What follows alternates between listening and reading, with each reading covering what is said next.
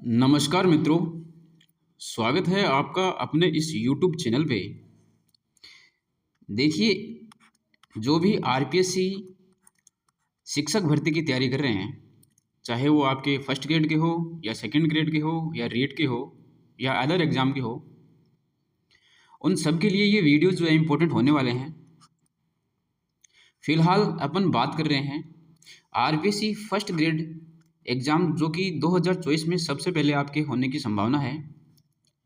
उसका जो first paper है जिसमें आपके 75 क्वेश्चन आने हैं, उस फर्स्ट पेपर का जो जीके वाला पोर्शन है उसको अपन लेके चल रहे हैं, जिसमें अपन सबसे पहला टॉपिक जो है वो गुप्त काल को लेकर के चल रहे हैं। इससे पहले एक वीडियो मैंने बना दिया है जिसमें गुप्त काल साहित्य के बारे में अपन ने पढ़ा था। देखिए, अपने जो सिलेबस में गुप्त काल का साहित्य, गुप्त काल की कला और स्थापत्य, ये 3 बिंदु दिए गए हैं और इन्हीं बिंदुओं पे क्वेश्चन आते हैं, तो अपन इन्हीं बिंदुओं को अच्छे से पढ़ेंगे। देखिए, साहित्य वाला जो पार्ट है ये अपन ने इससे पहले वाला जो वीडियो है उसमें पढ़ा है। आज के इस वीडियो में अपन ये कला वाला पार्ट करेंगे। तो क्वेश्चन जो है वो किस प्रकार से आते हैं, आरपीएससी के जो पुराने क्वेश्चन अगर अपन देखें, जैसे कि ये क्वेश्चन जो है आपका 2018 में संस्कृत एजुकेशन डिपार्टमेंट की जो एग्ज़ाम हुई थी उसमें आया था। क्वेश्चन क्या है, देखिए कि गुप्त काल का निम्न में से कौन सा मंदिर एमपी में स्थित नहीं है, मध्य प्रदेश में स्थित नहीं है। तो ये क्वेश्चन का पैटर्न है, इस प्रकार के क्वेश्चन आते हैं। ये अभी डिस्कस नहीं करेंगे अपन। अगर आपको ये क्वेश्चन आता है तो इसका आंसर जो है आप सोच लीजिए, क्योंकि ये पूरा मैटर पढ़ने के बाद में, आज का जो वीडियो पूरा देखने के बाद में, ये सारे के सारे क्वेश्चन जो है आप लोग खुद करने वाले हो। तो देखो, ये क्वेश्चन इस प्रकार से आते हैं। अब अगर अपन नेक्स्ट चले, देखिए दूसरा क्वेश्चन ये है कि अजंता की कौन सी गुफा गुप्तकालीन है। ये कौन सी गुफा है जो गुप्तकालीन है। अगर आपको ये क्वेश्चन आ रहे हैं तो अच्छी बात है, नहीं आ रहे तो ये वीडियो देखने के बाद में सारे के सारे क्वेश्चन आपको आएंगे। तीसरा क्वेश्चन ये है कि अजंता की किस गुफा को राशि चक्र गुफा कहा जाता है। अपन जो पढ़ेंगे आज वाला जो वीडियो, उसमें ये सारे के सारे क्वेश्चन आपके आएंगे। तो शुरुआत करते हैं आज के इस वीडियो की। देखिए, गुप्त काल में सबसे पहले अपन पढ़ेंगे आज कला। कला में देखो क्या होता है आपकी, ये 4-5 टॉपिक है। जैसे कि आपकी वास्तुकला, जिसे ही अपन स्थापत्य कला कहते हैं। स्थापत्य कला में अपन जनरली मंदिरों का निर्माण पढ़ेंगे कि मंदिरों का निर्माण जो हुआ है, मंदिरों का निर्माण, नगर का निर्माण, जो मकान बनते हैं उनको अपन स्थापत्य बोलते हैं। तो गुप्त काल में जो फेमस जो मंदिर बने हैं उन मंदिरों का अध्ययन करेंगे। तो ये वास्तुकला है आपकी। इसके बाद में कला में ही एक चित्रकला, मूर्तिकला और अभिलेख और प्रशस्ति और मुद्राएं, ये सारा का सारा जो पार्ट है ये आपके सिलेबस के अकॉर्डिंग है। ये सारा का सारा पार्ट अपन पढ़ेंगे। ये सारे के सारे पार्ट को पढ़ने के बाद में आपका गुप्त काल वाला जो स्थापत्य का और कला का और साहित्य का, यानी कि गुप्त काल पूरा का पूरा क्या हो जाएगा, आपका कंप्लीट हो जाएगा। तो आज के इस वीडियो में अपन पढ़ेंगे जनरली ये वास्तुकला वाला पार्ट और ये चित्रकला वाला पार्ट। देखिए दोस्तों, जो वास्तुकला है इसी को अपन बोलते हैं स्थापत्य, जो आपके सिलेबस में दे रखा है अलग से एक मेंशन करके कि साहित्य, स्थापत्य और कला। जिसमें स्थापत्य, ये स्थापत्य क्या होता है, ये जो नगर, भवन और ये मंदिरों का जो निर्माण होता है, इन्हीं को अपन बोलते हैं स्थापत्य कला। तो गुप्त काल में बहुत से फेमस मंदिरों का निर्माण हुआ, तो इन्हीं मंदिरों का अपन अध्ययन करेंगे और इन्हीं मंदिरों से बहुत सारे क्वेश्चन जो है आरपीएससी के विभिन्न एग्जाम्स में आए हुए हैं। तो देखिए, मंदिर निर्माण सबसे पहला टॉपिक जो है अपना आज के इस वीडियो का, वो है मंदिर निर्माण। गुप्तकालीन मंदिर जो थे वो नागर शैली में बनाए गए थे। जितने भी जो मंदिर बने थे गुप्तकालीन, उनमें अगर शैली पूछे तो नागर शैली। देखिए, मंदिरों के निर्माण की शैलियाँ हुआ करती थी। जैसे आपके एक नागर शैली है, ये उत्तर भारत में फेमस है नागर शैली। एक आपकी द्रविड़ शैली है, लेकिन अपन को गुप्तकालीन मंदिर पढ़ने हैं, तो अपन को सिर्फ इतना ध्यान रखना है कि गुप्तकालीन जितने भी मंदिर हैं वो कौन सी शैली में बने हैं, नागर शैली में। अब नागर शैली की विशेषता क्या होती है, तो ये अपन देखो, ये डायग्राम आप ध्यान से देखना कि सबसे पहले तो ये मंदिर जो बनते थे सारे के सारे, ये मंदिर बनते थे एकदम खुले मैदान में, खुला मैदान होता था। उस खुले मैदान में एक बड़ा सा चबूतरा जो है वो बनाया जाता था, और इस बड़े से चबूतरे के ऊपर गर्भगृह बनाया जाता था। गर्भगृह के बाद ये जो मंदिर बनते थे, इसमें पहले सपाट और सीधी जो छत हुआ करती थी, उसके बाद में शिखर युक्त जो है मंदिर बनने लगे। तो ये देखो आप, ये मंदिर का प्रांगण है घूमने का, और ये मंदिर के प्रांगण के बाद में बीच में ये आपका चबूतरा है, और इस ऊंचे चबूतरे पर यह मंदिर का निर्माण किया जाता था। ये स्टार्टिंग में यहाँ पे प्रवेश द्वार है, जिसे तोरण द्वार भी कहते हैं। तो देखो इस प्रकार से मंदिरों का निर्माण किया जाता था, गुप्तकालीन मंदिरों का निर्माण। ये आप ध्यान से देख लेना, यहाँ से क्वेश्चन आते हैं। अब देखिए, अपने जो मंदिर का डायग्राम देखा है, अब उसी को पढ़ना है कि मंदिर निर्माण सामान्यतः है खुले मैदान में, और मुख्य मंदिर को गर्भगृह कहा जाता है। आपने देखा मंदिर, इसमें जो बीच में ऊंचे चबूतरे पर जो बनाया जाता था मंदिर, उसको बोलते थे गर्भगृह। गर्भगृह का जो निर्माण है ऊंचे चबूतरे पर किया जाता था, ये अपन ने देख लिया है। गर्भगृह में प्रतिमा स्थापित की जाती थी। गर्भगृह के चारों ओर प्रदक्षिणा पथ होता था। तो अपन ने देखा था कि ऊंचे चबूतरे पर जो वो गर्भगृह बनाया गया है, उस गर्भगृह के चारों ओर भी प्रदक्षिणा पथ है। गर्भगृह की जो चारों बाह्य दीवारें हैं बिल्कुल साधारण होती थी, और गर्भगृह के द्वार स्तंभ गंगा यमुना की मूर्ति से अलंकृत थे। तो ये इन मंदिरों की विशेषता है। इन्हीं से जो तथ्य वाले जो क्वेश्चन आते हैं, वो इन्हीं पॉइंटों को देकर के तथ्य वाले क्वेश्चन पूछ लिए जाते हैं। तो सारे के सारे जो पॉइंट है इंपॉर्टेंट है मंदिर से संबंधित। एक बार दोबारा आप देख लीजिए इनको। अब अपन आगे बढ़ते हैं।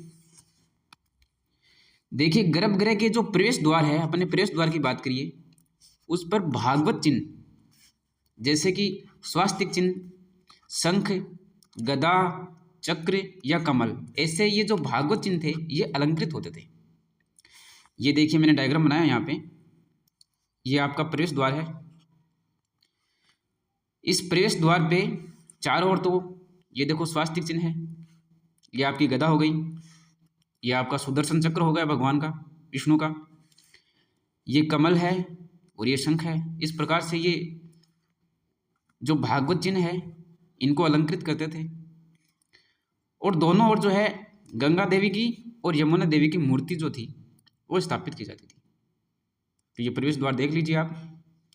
मंदिर को अपने डिटेल से पहले देखा है, उसके बाद में प्रवेश द्वार का डायग्राम आपके सामने है।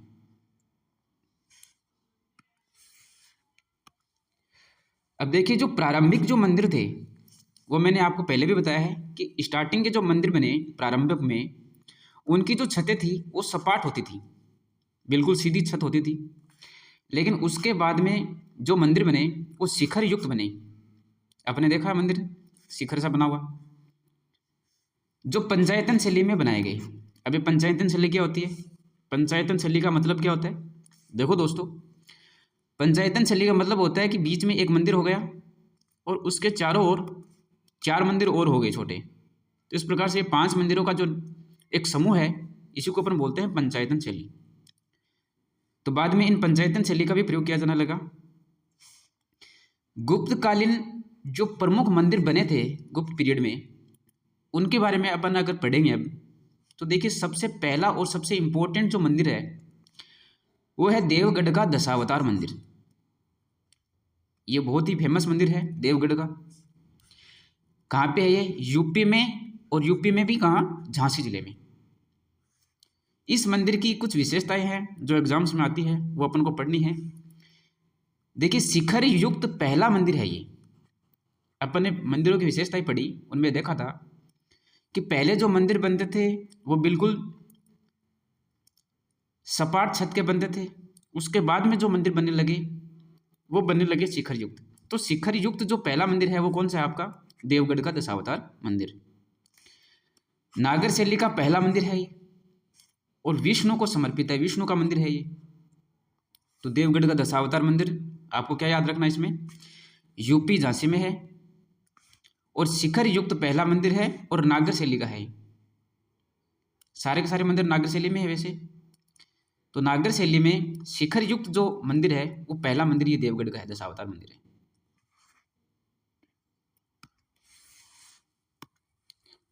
विष्णु के इस मंदिर में देखिए क्या क्या विशेषता है कि विष्णु के 10 अवतार, इसलिए तो इनको बोलते हैं कि दशावतार। दशावतार मंदिर यानी कि 10 अवतार की मूर्तियां हैं, 10 अलग अलग अवतार है विष्णु जी की, उनकी मूर्तियां है इस मंदिर में। पंचायतन शैली का भी प्रयोग हुआ है। बाहर द्वार पर गंगा और यमुना की मूर्तियां स्थापित है। ये अपने डायग्राम में भी देखा था। प्रवेश द्वार पे एक तरफ गंगा जी की मूर्ति है और एक तरफ यमुना जी की मूर्ति है। सर्वश्रेष्ठ जो मूर्ति है इस मंदिर में वो है शेष नाग पर शयन करते हुए विष्णु जी की मूर्ति। तो ये देवगढ़ का जो दशावतार मंदिर है बहुत ही फेमस मंदिर है, और गुप्तकालीन मंदिरों में ये पहला मंदिर जो है इंपॉर्टेंट है। यहाँ से क्वेश्चन बहुत आते हैं, तो इसको ध्यान से पढ़ना, इसकी सारी विशेषताओं को। मंदिर की जो दीवारें हैं उन दीवारों पर राम कथा का सर्वश्रेष्ठ चित्रण हुआ है। तो ये देवगढ़ का दशावतार मंदिर आपका यूपी वाला हो गया। इसके बाद अगर अपन पढ़े तो दूसरे नंबर पे जो मंदिर आता है वो देखिए उदयगिरी का वराह मंदिर। पहला मंदिर अपन ने कौन से पढ़ा? देवगढ़ का दशावतार मंदिर जो कि यूपी में है। दूसरा जो मंदिर है वो है आपका उदयगिरी का वराह मंदिर। ये कहाँ है? एमपी में, विदिशा में। ये भी विष्णु मंदिर है।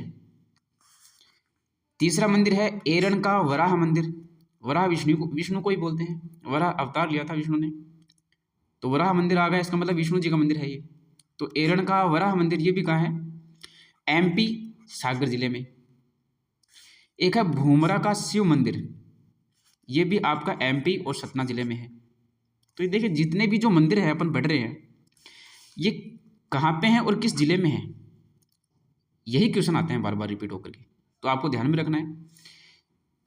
उसके बाद में अगला मंदिर देखिए कि नचना कुठार का पार्वती मंदिर। ये आपका एमपी में है, पन्ना जिले में। पन्ना जिले में नचना कुठार जगह है, वहाँ पे ये पार्वती का मंदिर है। एक मंदिर है आपका भीतर गांव का विष्णु मंदिर। ये आपका यूपी में कानपुर में है, यूपी के कानपुर में। इस मंदिर की विशेषता है कि मेहराब शैली का पहली बार प्रयोग हुआ है। देखिए अलग अलग शैली होती है मंदिरों के निर्माण के अंदर, जो पेंटिंग होती है उनको बोलते हैं मेहराब शैली। तो मेहराब का पहली बार जो प्रयोग हुआ है वो भीतर गांव के विष्णु मंदिर में हुआ है। नेक्स्ट मंदिर है सिरपुर का लक्ष्मण मंदिर। ये है आपका छत्तीसगढ़ में। देखो ये एक अलग ही आ गया, और ये लक्ष्मण जी का मंदिर है। इसकी विशेषता है कि ईंटों से निर्मित मंदिर है ये बाकी सारे जो मंदिर हैं ये पत्थरों से निर्मित है। ये एक ऐसा मंदिर है जो ईंटों से निर्मित है। तो देखो इसको तो वैसे याद हो जाएगा, ये लक्ष्मण जी वैसे ही अलग है सबसे, ये जिला भी अलग आ गया, और ये ईंटों से निर्मित है। ठीक है, अब देखिए अपन नेक्स्ट पढ़े।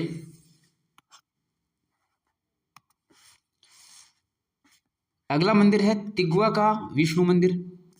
ये आपका एमपी में है। फिर है सांची का शिव मंदिर, ये भी आपका एमपी में है।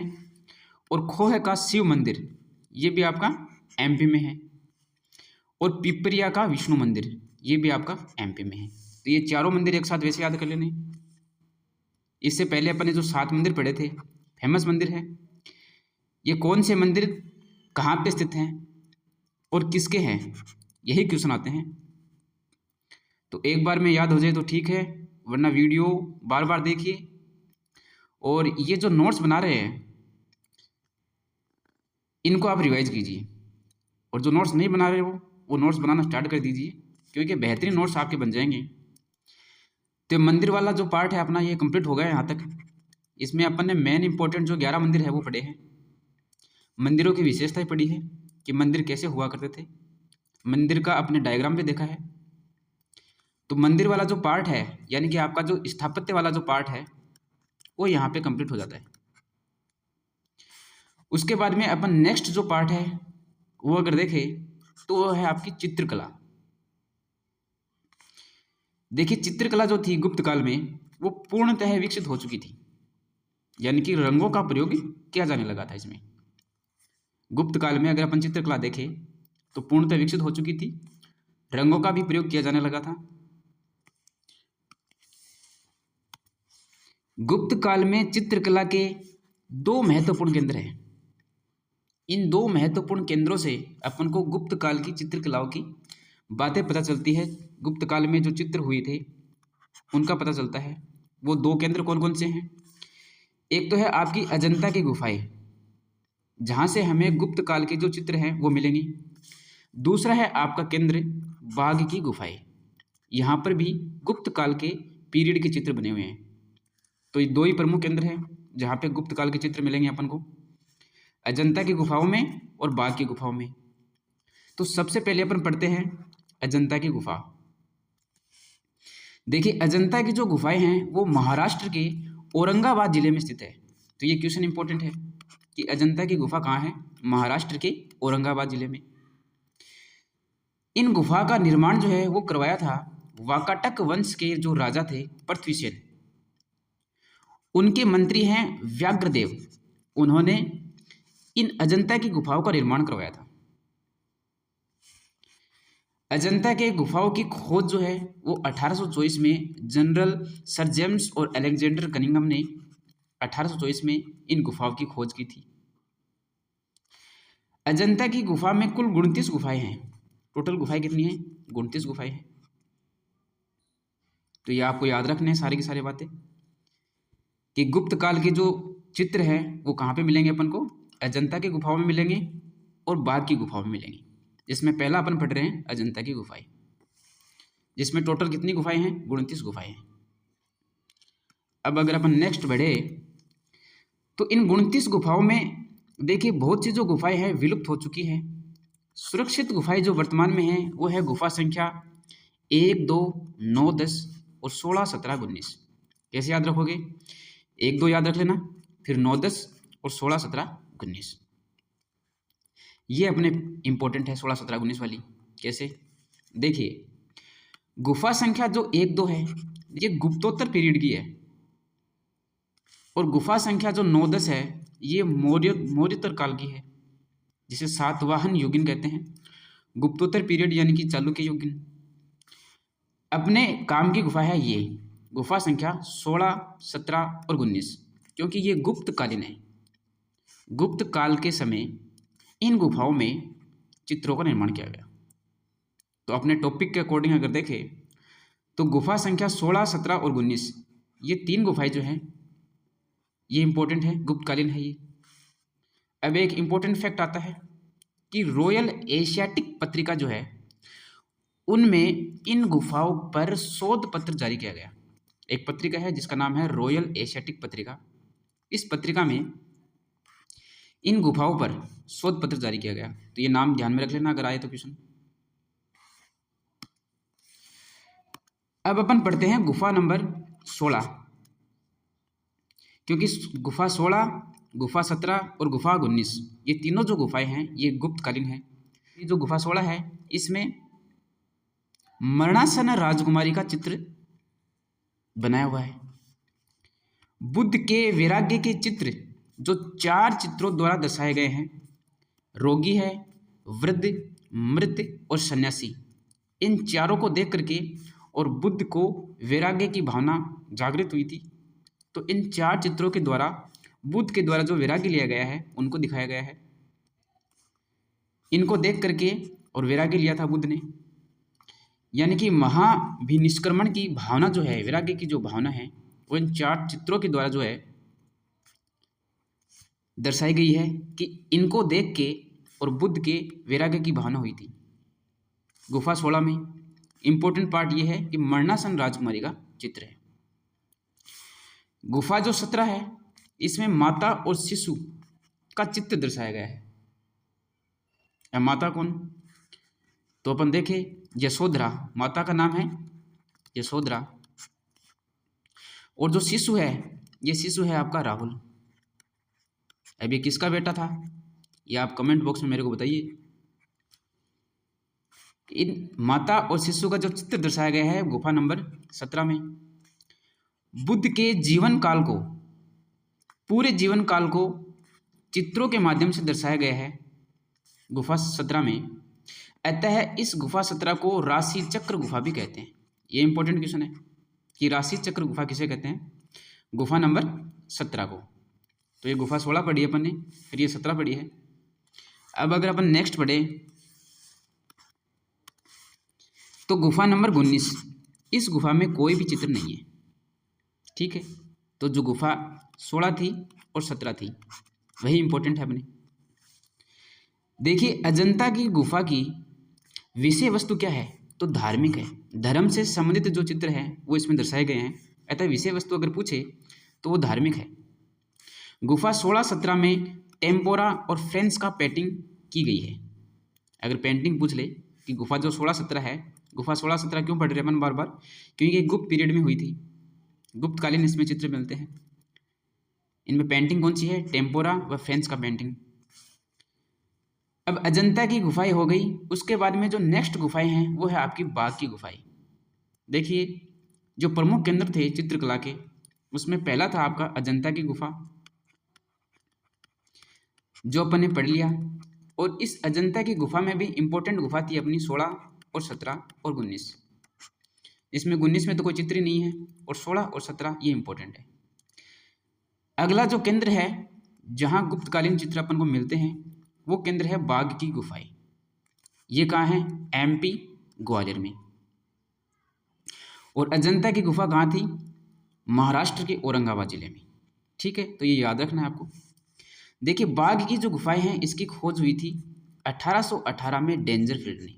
देखिए नाम भी बाघ है, बाघ यानी कि टाइगर, चीता, डेंजर होता है वैसे ही, तो डेंजरफील्ड ने इसकी खोज करी थी 1818 में। इसमें कुल 9 गुफाएं हैं।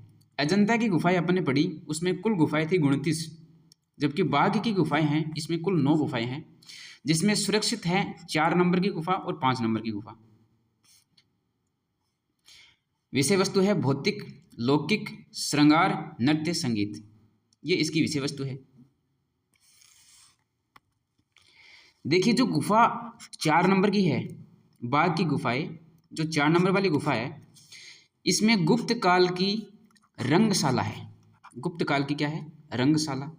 और गुफा संख्या जो 5 है, इसमें राज परिषद का चित्र दिया गया है, यानी कि सभा मंडप। यानी कि राज परिषद क्या होता है, जैसे एक राजा बैठा होता है, दरबार लगा होता है, इधर मंत्री बैठे होते हैं, तो वो राज परिषद का जो चित्र है, सभा मंडप का जो चित्र है, वो गुफा संख्या 5 में दिया गया है। इस गुफा संख्या 5 में ही आपका सामूहिक नृत्य करते हुए और गायन के चित्र भी दर्शाए गए हैं। तो ये गुफा 4 और गुफा 5 जो हैं, जो वर्तमान में सुरक्षित हैं, इनको अच्छे से पढ़ना है आपको। तो दोस्तों आज के अपन इस सेक्शन में अपन ने गुप्त काल में जो स्थापत्य वाला पार्ट था उसको कंप्लीट किया है, जिसमें मेन जो पार्ट है अपना मंदिर वाला उसको कंप्लीट किया है। उसके बाद में अपन ने पढ़ा है चित्रकला वाला। तो ये 2 इम्पोर्टेंट पार्ट हैं आज के इस वीडियो में कंप्लीट होते हैं। इस वीडियो को बार बार देखिए, रिवाइज कीजिए, और ये जो नोट्स हैं इन नोट्सों को आप बना लीजिए। देखिए अब अपन ये क्वेश्चन देखते हैं। तो पहला क्वेश्चन देखिए कि गुप्त काल का निम्न में से कौन सा जो मंदिर है वो MP में स्थित नहीं है। तो देखिए ऑप्शन, पहला ऑप्शन है भूमरा का शिव मंदिर, दूसरा है नचना कुठार का पार्वती मंदिर, और तीसरा है देवगढ़ का दशावतार मंदिर, और नेक्स्ट है आपका तिगवा का विष्णु मंदिर। ये सारे के सारे मंदिर अपन ने पढ़ लिए हैं। तो देवगढ़ का जो दशावतार मंदिर है, सबसे पहला मंदिर अपन ने पढ़ा था ये, और सबसे इम्पोर्टेंट मैंने बताया था ये आपका कहाँ है, ये आपका यूपी में। देवगढ़ का दशावतार मंदिर कहाँ पे है, यूपी में। बाकी भूमरा का शिव मंदिर MP में है, ये भी MP में है, और तिगवा का विष्णु मंदिर ये भी आपका कहाँ पे है, MP में है। तो तीनों मंदिर कहाँ हैं, MP में। इन्होंने पूछा है कि कौन सा मंदिर जो है एमपी में स्थित नहीं है। तो राइट आंसर क्या हो जाएगा इसका? ऑप्शन सी, देवगढ़ का दशावतार मंदिर। अब देखिए नेक्स्ट अपन देखें ये क्वेश्चन कि अजंता की कौन सी गुफा गुप्तकालीन है। तो अपन ने गुप्तकालीन जो गुफाएं पढ़ी थी अजंता की गुफाएं, अजंता की टोटल अपन ने 29 गुफा देखी थी, उसमें जो गुप्तकालीन थी वो है आपकी गुफा 17, गुफा 16 और गुफा 19, यानी कि तीनों की तीनों जो गुफाएं हैं वो गुप्तकालीन गुफाएं हैं और तीनों के बारे में अपन ने पढ़ा था। तो इसमें ऑप्शन क्या हो जाएगा?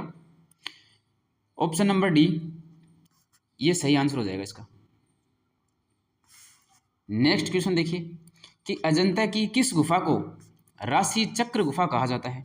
ये अपन ने जब पढ़ा था गुप्तकालीन जो गुफाएं तीन ही हैं 16, 17 और 19, उसमें से अपन ने देखा था कि गुफा संख्या जो 17 है इसको राशि चक्र गुफा कहा जाता है। तो इसमें राइट आंसर क्या हो जाएगा? गुफा संख्या 17। तो इस प्रकार अपन जो क्या कर सकते हैं, क्वेश्चन कर सकते हैं आराम से। तो ये आज का मैटर अपना कंप्लीट होता है।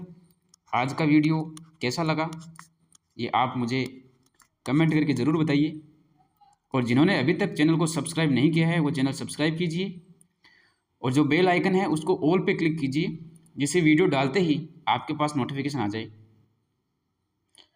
आज की वीडियो में बस इतना ही। अब मिलते हैं नेक्स्ट वीडियो में, तब तक के लिए धन्यवाद।